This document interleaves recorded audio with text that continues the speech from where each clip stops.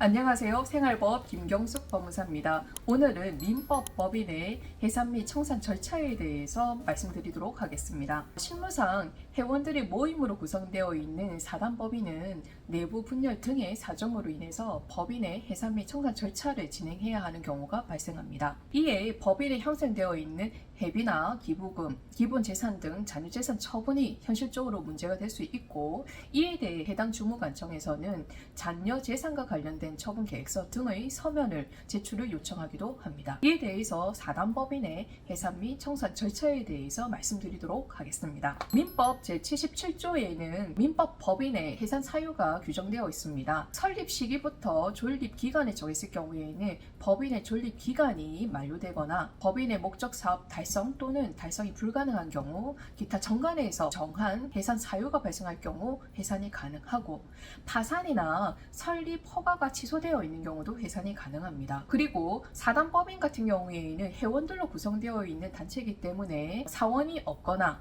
또는 사원들의 해상 결의로 인해서 해산이 가능합니다.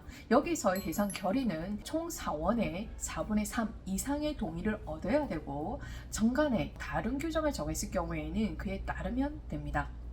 그리고 문제가 되는 게 잔여재산인데, 민법 80조에는 잔여재산에 대한 규정이 있습니다. 먼저 정관에 지정된 자에게 먼저 기속이 되고, 정관에 이를 정하지 않았을 경우에는 주무관청의 허가를 받아서 법인의 목적과 유사업 목적 사업을 위해 잔여재산을 처분할 수가 있습니다.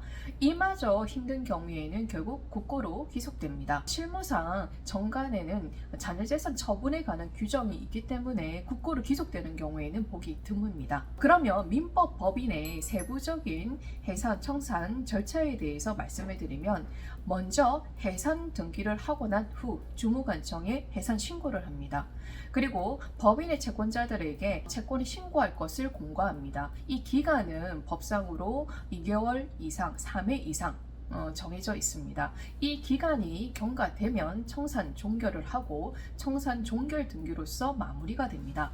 그런데 실무상 주의할 점은, 해산 등기 후 해산 신고를 한다지만 먼저 설립 허가를 해준 주무관청에 해산하게 된 경위와 그리고 기본재산 등의 잔여재산을 처분할 계획서 등을 먼저 제출을 하고, 해당 주무관청에서는 이에 대해서 해산 신고를 수리하고 잔여재산 처분에 대한 수리 결정을 내어주면 이를 첨부하여 먼저 해산 등기를 합니다.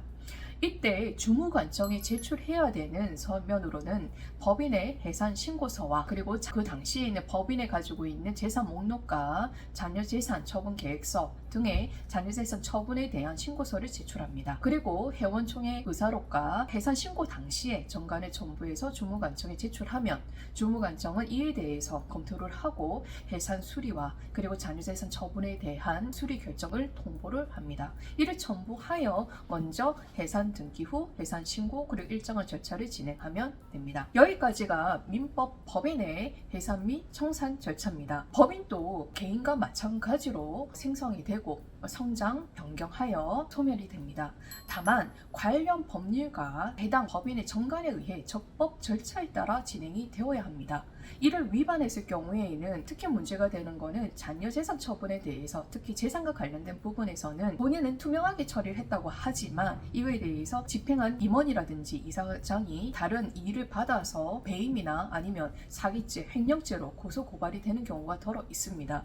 그렇기 때문에 특히 법인의 해산과 청산 절차와 관련된 부분은 반드시 법률 전문가를 통해 충분한 상담을 받고 진행하기를 권해드립니다. 오늘까지 민법 법인에 대한 절차에 대해서 소개를 해드렸고요. 다음 시간에는 개인 채무로 힘들어하는 분들을 대상으로 해서 우리나라에서 진행을 하고 있는 구제 절차로서 개인 파산 및 면책 그리고 개인 회생 절차에 대해서 말씀드리도록 하겠습니다. 네, 감사합니다.